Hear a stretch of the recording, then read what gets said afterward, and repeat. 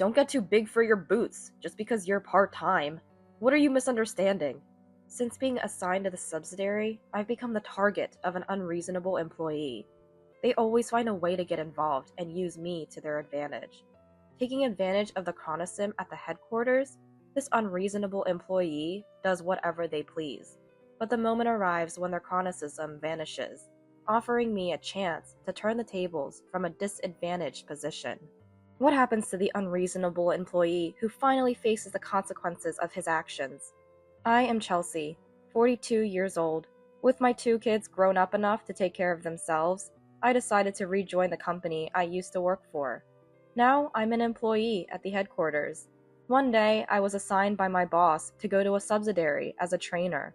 I had experience leading juniors and managing team members, but this was my first time going to a subsidiary, and I was quite nervous.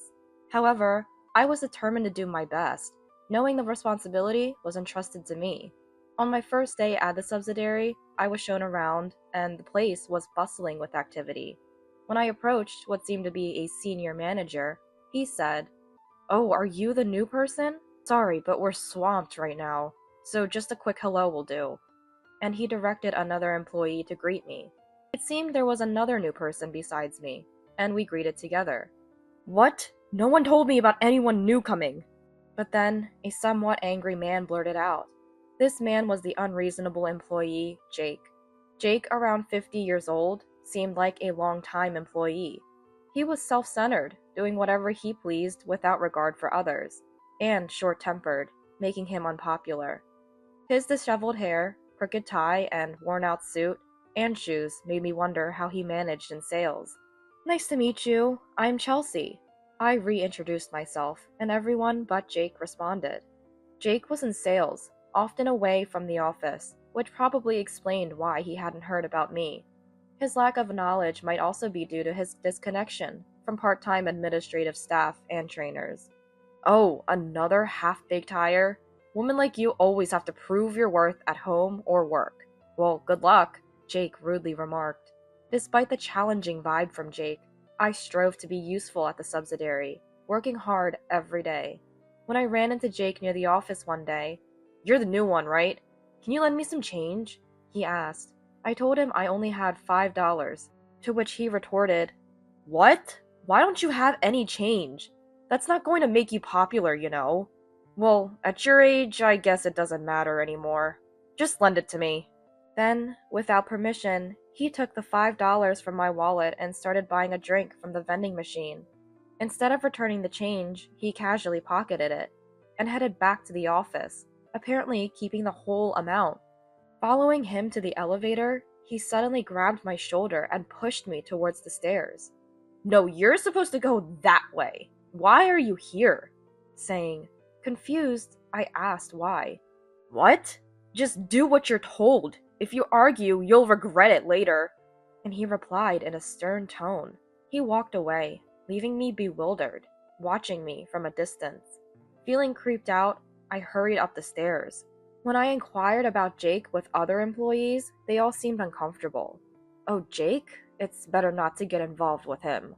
It seems others have also been subjected to similar treatment by Jake, enduring harassment for the first year after joining the company. The company itself has taken issue with Jake's behavior, warning him several times. Things are reportedly better now, but I wonder how bad it must have been in the past. Even now, Jake's words and actions often push me to the brink of despair. Why doesn't he stop, even after being cautioned by the company? Apparently, Jake sees his behavior as some sort of initiation rite for joining the company. It baffles me why someone like him is still employed here. As I inquired further, I learned that Jake is acquainted with a board member at the headquarters. In front of the subsidiary's president, Jake acts like a good guy, and any complaints about him are dismissed, seemingly due to chronicism, as other employees have resignedly noted. One day, as I was leaving the office, I bumped into Jake in the parking lot. "Long day, huh?" I said, trying to pass by. Hey, hold on a sec. "What, that's it?" he blurted out, confusing me. "What do you mean, that's it?" As I replied, "No, crossing paths with employees returning home tired. Isn't there something like food or drinks prepared? For a woman, you're not very thoughtful." He said this with a serious face. "Wait, you're married? You have kids? Well, at your age, you must have kids, right? Supported by your husband. You're just working halfway, aren't you?" I was becoming increasingly irritated by Jake's unreasonable words. At this age, it's expected to be married. At this age, it's expected to have children. Women working part-time, supported by men? Part-time jobs are also respectable work. What do they think of women managing household chores, childcare, and work? I shouldn't have to be looked down upon by someone with such views. In my mind, reason and instinct were at war. Yet, not wanting to make a scene, "Would you like some coffee?" I asked with a smile. "I can't drink black coffee. The vending machine only has black coffee. Can you believe it? Last time, I had to buy water, but I really prefer sweet drinks." Jake started. "Oh right, you should start picking these up from the convenience store for me from tomorrow," he said, and I was about to object that it wasn't my job. But Jake hurried off to work, saying he was busy. The next day, Jake seemed busy and left the company before the morning assembly. As an outside salesperson, Jake was rarely in the office. When he returned, it was usually after I had left for the day, so I was relieved to have less interaction with him. On a rare day Jake was in the office, I pointed out something that had been bothering me. His unkempt appearance. Whether he was unaware or simply didn't care, either way, it was unacceptable for a salesperson. "Excuse me, that's coming undone," I mentioned subtly. "What? Wearing something worn is a badge of how hard I work. It's intentional. Looks like I'm busy, right?" He was so mistaken. Personal freedom aside, salespeople should maintain a neat appearance for better work impression. Just a personal opinion, I suggested, and Jake retorted, "Impudent old woman! This is why I hate women. My wife's always busy with part-time work and household stuff, saying she's busier than me who's working full-time." He shouted angrily. His words took me aback, not just for the rudeness, but also because Jake was actually older than me. Following that incident, Jake became even harsher towards me. Then, one day, during a morning assembly, an incident occurred. "Does anyone have any announcements?" asked the boss to everyone. I raised my hand and said I had a matter to discuss. "Having worked here for a month, I've noticed several inefficiencies in employee training." As I started, Jake from behind exclaimed, "What?" As I turned around, he slapped me across the face with a loud smack. "Don't you dare act high and mighty as a part-timer! Oh, what are you thinking?" Jake shouted, spitting with excitement. I was stunned, as were the other employees. Hey, what are you doing?" shouted the boss, approaching Jake. "Are you out of your mind?" He confronted Jake. "It's this old woman's fault. She's just a new part-timer and starts complaining about inefficiencies. Don't joke with me." Who replied? Jake continued to rant, seemingly oblivious to the others trying to calm him down. "You've wasted my time. I'm busy. If I don't close a contract today, it's on you. You better take responsibility." With those words, he grabbed his suit jacket and stormed out of the company. Why do I have to be scolded for trying to make a constructive comment at work? Moreover, it's ridiculous that he's trying to blame me for his lack of contracts. Everyone in the office was shocked by Jake's behavior. People nearby were concerned, asking if I was okay. I had reached my limit with Jake's constant rude behavior and comments. I wanted to somehow make him pay for his actions, but before I could take any steps, the situation resolved itself. I had to return to the head office, a few days due to some circumstances related to a previous meeting there. When I returned to the subsidiary and was greeting everyone, "Hey, why were you off for so long? Did you finally bring drinks today?" Jake approached me. When I said I hadn't brought anything, Jake glared at me, shaking with anger. "Why not? My word is absolute, isn't it? If you don't listen, I'll complain to my contacts at the head office. Besides, I'm about to start working there. I'll get you fired," he said smugly. When I asked what he meant, "You're so clueless, typical of an old part-timer. Well, you'll understand by this afternoon. Make sure to prepare a bouquet or something." He laughed loudly and left. Around noon, while I was in a meeting, "Excuse me!" The door burst open, and in came Jake. His usual sloppy attire was the same, but his hair was neatly waxed. Seeing my face, Jake frowned, but noticing the presence of head office staff, he sat down with a smile. "Today we have to discuss Jake's future. First, is it true that you didn't let Chelsea use the elevator and slapped her?" Jake's smile turned to a blank stare, surprised by the turn of the conversation. "What? I thought this was about my transfer to the head office." He seemed confused. The head office staff denied it and pressed the question. "No, I didn't do that. Are you delusional or something? That's just your victim complex," he began. The head office staff replied, "We have testimonies from others, so we know you slapped her. And there's no benefit for Chelsea to lie." When I retorted, "Trying to get rid of me to take the head office job, huh? Ugh, as if an old part-timer like you could." Hearing this, the head office staff looked puzzled.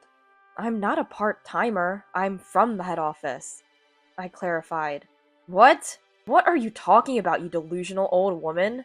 "See, I'm right," and Jake said, "I was late and absent for a few days because I had work and meetings at the head office." I explained, and Jake looked incredulous. Jake thought about my words for a while. "Whatever! I have connections at the head office. People more important than you. What would happen if they found out about this?" He sneered, crossing his arms and legs arrogantly. "About that, your connection is Skylar from the head office, right?" the staff asked. "Yeah, he's an executive at the head office. Once he hears about this, you'll all be fired," he replied confidently. "Skylar has been dismissed for embezzlement and is currently negotiating through lawyers. He's no longer an employee," the staff informed. Realizing his backup was gone, Jake's face went pale. My absence was due to the scandal involving that executive. It was a company-wide issue that led to a general meeting. So what happens to me now?" Jake asked, panicked. "Chelsea was assigned here as a trainer, but also to investigate issues requested by the subsidiary's president, including your behavior, Jake." It turned out the subsidiary's president wasn't just ignoring things. He had been observing and requested the head office to intervene. Jake fell silent, looking down. His history of harassing other employees, continuing his behavior despite repeated warnings, even his unkempt appearance, had been noted by supervisors. "Your sales performance isn't great either. We prioritized enthusiasm over results as you're always out early. But we checked the company car you use and found frequent visits to casinos." When this was mentioned, Jake looked up and retorted, "Shut up! You all didn't say anything before because you knew I had a connection at the head office, right? It was an unspoken agreement, so the past doesn't count." He started to argue. "No, that's not correct. There have been 2 warnings in the past, and this is the 3rd, which means termination. It's in the employment rules. This is your 3rd formal warning, but there have been many informal ones. Even without Skylar's embezzlement case, you would have been terminated this time." Jake was speechless. "Fine, I apologize for everything. Isn't that enough? I did it all for the good of everyone's training. It's all a misunderstanding. We're all in the same boat." Jake still showed no remorse. "You are the one who misunderstood." I would like to say that, but it just doesn't work that way. Even if you thought it was for the best, the outcome was different. Everyone has been telling you that, and you're not in a position to educate others. First, fix your appearance before telling others what to do. After I said that, Jake had nothing more to say. Eventually, due to his incompetence and lack of cooperation, Jake was terminated, with his last day set for a month later. Every day, he just sat in front of the computer, doing nothing, since he had no work to pass on after spending his days at the casino. It must have been his greatest humiliation. During that time, we saw each other daily. When asked if there was anything he could do, "Maybe you could make coffee for everyone," I suggested. "Can you drink coffee?" And Jake asked. I can't actually. I can't have anything but tea. But unlike someone, I don't ask others to get it for me. I bring my own, I replied with a smile. A month later, as Jake was leaving after his farewell, Hey Jake! I called out and he turned, probably expecting a bouquet. Looking back with a smile, No, I don't think flowers suit me. He started to say, Please return the $5 you borrowed. I cut him off. He was surprised but quickly took out $5 and handed it to me. If you don't even do household chores or childcare, what's the point of being married? And now your wife might leave you since you've lost your job. I hope you find your worth. Good luck not getting dumped, I said with a smile, and Jake left the company, trembling. A month later, I heard from a colleague that Jake was seen at a job center, desperately looking for work. Apparently, finding a good job was difficult due to his termination reason. There were rumors that his wife left him, but the truth about someone no longer at the company was hard to verify. After fulfilling my training role for a few months, I returned to the head office. My time at the subsidiary was comfortable and friendly, and it was sad to leave them. But I looked forward to my original role at the head office. Back at the head office, I applied my experience from the subsidiary and reflected that, in a way, the Jake incident was a good learning experience. I can only hope Jake learned something from it too.